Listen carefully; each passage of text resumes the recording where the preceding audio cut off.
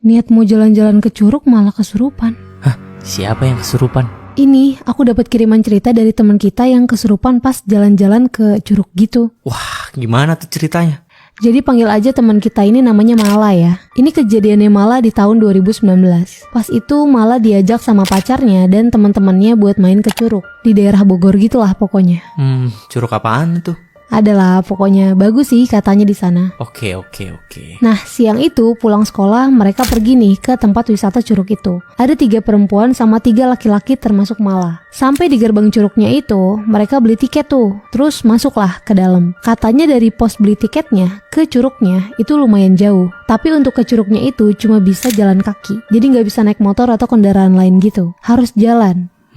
Katanya sih perkiraan setengah jam atau bisa sampai 2 jaman jalan kaki gitu baru sampai ke Curugnya. Baru setengah jalan, Mala ini lihat ada yang lewat di depannya dia. Tapi di situ yang lain tuh kayak nggak lihat apa-apa. Mala juga diem aja nih, gak cerita-cerita. Posisi mereka jalan itu kayak depan belakangan gitu loh. Urutannya itu ada 2 orang paling depan, terus di belakangnya ada pacarnya Mala sama 1 cewek dan 1 cowok. Terus di paling belakang itu ada si Mala sendirian. Di situ Mala lihat pacarnya ini manggil-manggil buat jalan lebih cepet gitu. Di situ yang Mala jalannya dia cepetin gitu dong. Tiba-tiba pas di tangga, Mala lihat ada yang lewat lagi nih, cepet banget di depan matanya dia. Dan mulai dari situ, Mala tuh lihat kayak yang aneh-aneh gitu. Ada yang di atas pohon, di samping pohon. Dan gak lama dari itu, Mala langsung gak sadarkan diri. Tapi gak lama lagi Mala sadar nih. Terus tiba-tiba Mala ini ngerasa panas dan deg-degan gitu. Dan gak lama Mala nih gak sadar lagi. Sampai singkatnya Mala ini sadar, terus gak sadar, sadar, terus gak sadar. Jadi kayak ngawang gitu. Dan akhirnya si Mala ini udah mulai beneran sadar nih di jam 10-an malam. Dan ternyata Mala ini udah di rumah. Dan di situ juga katanya Mala ini ngerasa belum sadar 100%. Karena di situ Mala ini nangis, minta pulang, tapi badannya tuh diem, merem gitu tapi dia nangis. Pulang gitu. Dan akhirnya si Mala ini dicek nih sama orang yang katanya pintar gitu di daerah sana. Kata orang pintarnya ini, Mala itu dibawa sama nenek-nenek dan Mala ini kayak dijadiin cucunya gitu.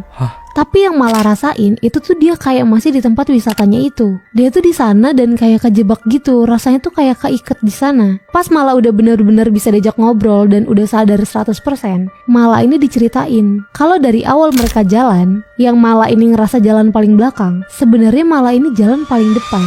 Dan pacarnya Mala sama teman-temannya tuh juga bingung. Kenapa tiba-tiba si Mala ini jalannya malah makin cepet. Berarti yang Mala lihat pacar dan temen-temennya itu bukan... Ya bisa jadi. Dan pas Mala ini gak sadar, katanya si Mala itu tuh ngoceh-ngoceh sambil teriak-teriak gitu. Jadi Mala ini kerasukan.